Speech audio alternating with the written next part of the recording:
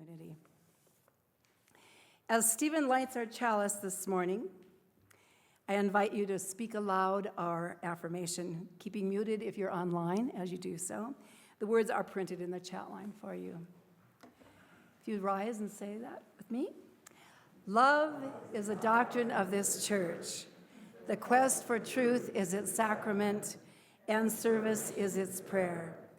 To dwell together in peace, to seek knowledge in freedom, to serve human need. For these high purposes do we unite in worship. Good morning, friends. Good morning. I don't think I'm going to be able to answer all the questions that came up in the reading this morning, unless you'd like to stay here for the next couple of months, perhaps. So I'm just going to try to focus on a few things. As most of you know, I advocate for the environment, and I've been concerned about human effects on our planet for my adult life. I've made many choices during my life that affect my impacts on the environment. My wife and I decided to have 2 children, but when my twins were born,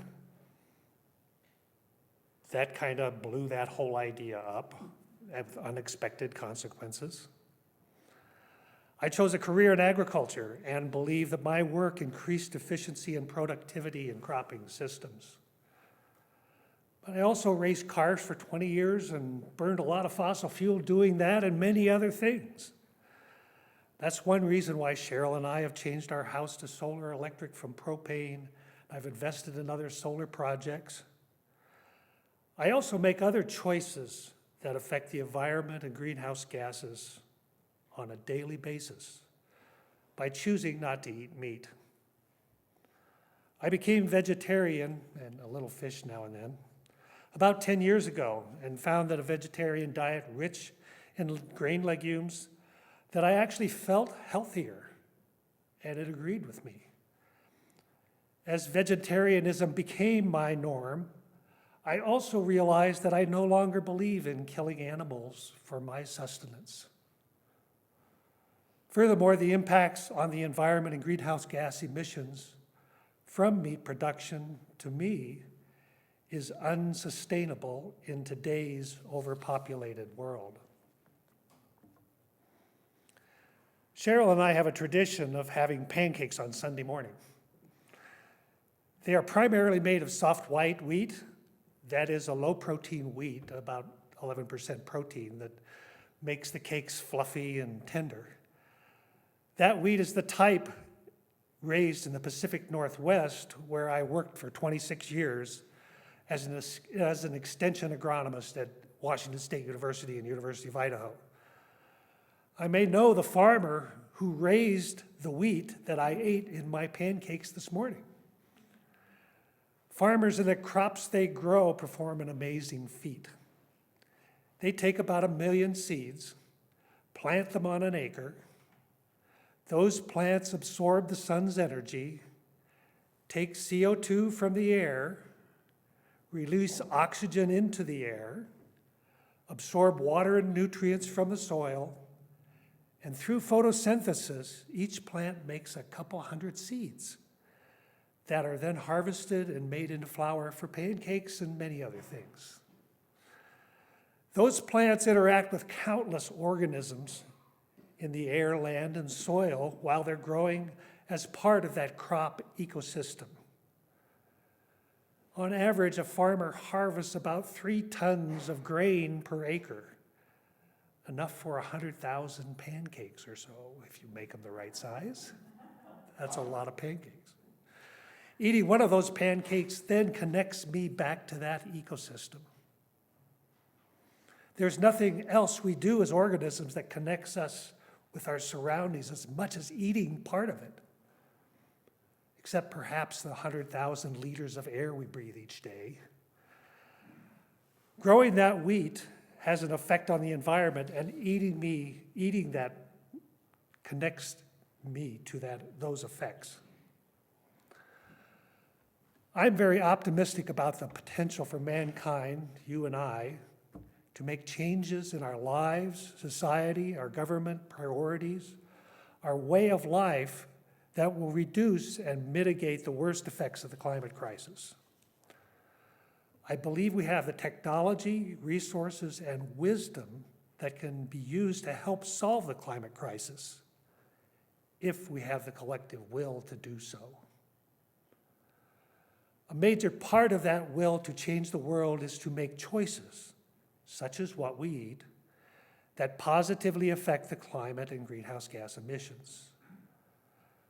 Although at times it's hard to imagine how our personal choices can have a significant effect on something as all-encompassing as the climate crisis, it's important to remember that our past choices have contributed to the climate change, either knowingly or unknowingly, and our future choices will too. The climate crisis is a man-created problem, and each of us, as part of mankind, are part of that problem and thus part of the solution that is needed. There are many choices we have each day that have a direct effect on the climate. It takes knowledge, wisdom, and commitment to ingrain those good choices into our daily lives. Many of us were at the Pine Song Retreat earlier this month and heard Haile Seltzer speak about her work with the Intergovernmental Panel on Climate Change, the IPCC, and the importance of mountain areas that have in the climate. In that IPCC report is another section that urges world leaders, especially in developed countries, to support a transition to sustainable, healthy, low-emission diets that help mitigate the worst effects of the climate crisis. They say this in the report about food choices, and I quote, "These choices include individuals and food producers, retailers, restaurants, workplaces, and governments that must make plant-based foods more convenient, enticing, and tasty. Eating less meat is one of the most meaningful changes people can make to curb greenhouse gas emissions, reduce deforestation, and even help reduce the risk of pandemic-causing diseases passed from animals to humans, such as COVID. The shifts needn't be extreme.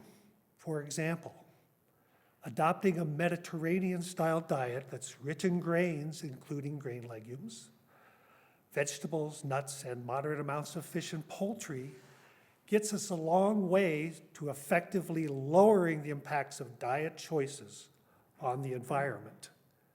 End quote. So here's a change and individual choices that directly affect the environment. Simple changes that have a direct impact on greenhouse gas emissions. It also calls for changes in agriculture, and I have some experience with that. Over my career as an extension agronomist, I saw an evolution of farming practices that lower carbon emissions and reduce resource utilization, making more environmentally friendly crop production systems in the states I worked in and around the country. One very significant change that I helped with was a reduction in the amount of soil tillage used between crops to prepare the soil for the next seeding. This reduction culminates in what is called direct seeding, that is done without tillage and places the seed into the soil directly for the next crop. The adoption of direct seeding reduces fuel use, erosion, soil organic matter losses, soil compaction, and disruption of the biological soil system. All of these changes reduce carbon footprint of raising crops. The adoption of direct seeding is a good example of people making choices that are good for the environment, and their choices are supported through governmental programs, incentives, and knowledge of benefits and risks. Also in the IPCC report, it's estimated that animal agriculture, producing meat and dairy products, accounts for 16.5% of all greenhouse gas emissions. That's 1/6 of all greenhouse gas emissions come from animal agriculture. And beef production alone accounts for more than half of that emission. The consumption of meat, however, is expanding worldwide, and it concerns me that this large contribution to greenhouse gas emissions is not being adequately addressed. One of the reasons for meat consumption is to have protein in our diets. An analysis of different greenhouse gas emissions for different foods shows that ruminant meat, mostly from beef, produces 62 grams of CO2 equivalent per gram of protein in that meat. Pork and chicken produce about 10 grams compared to the 62 for beef. Dairy, about 9. Wheat and corn, just over 1 gram per gram of protein. And directly consumed grain legumes such as peas, lentils, chickpeas, beans, produce only 1/4 gram of CO2 per gram of protein that's in those grains. That's about 250 times less CO2 emissions for grain legumes compared to beef per gram of protein in the food. Legumes are protein greenhouse gas champs because we are direct consumers of that grain produced, while eating meat, we are secondary consumers.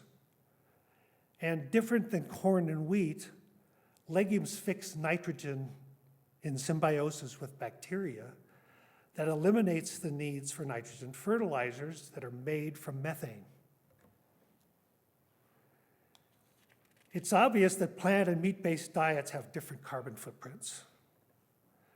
The human practices of agriculture and food production have different effects on the greenhouse gas levels, as well as many other impacts on the environment. Many steps have been taken by food producers and farmers to reduce net carbon emissions and increase food production, but many more are needed with an increasing world population, expanding food needs, and a worsening climate crisis. Each of us can do our part making good choices every day that have a direct impact on the environment. I believe with our collective will, we can use the technology, resources, and knowledge we need to solve the climate crisis. The daily ethical choices we make in our diet is one place to apply that will and can affect how agriculture and food production evolve to more effectively reduce net carbon emissions. What we eat is an essential place to live our values. Eating a diet that emphasizes whole grains and legumes is a way to eat in harmony with the earth.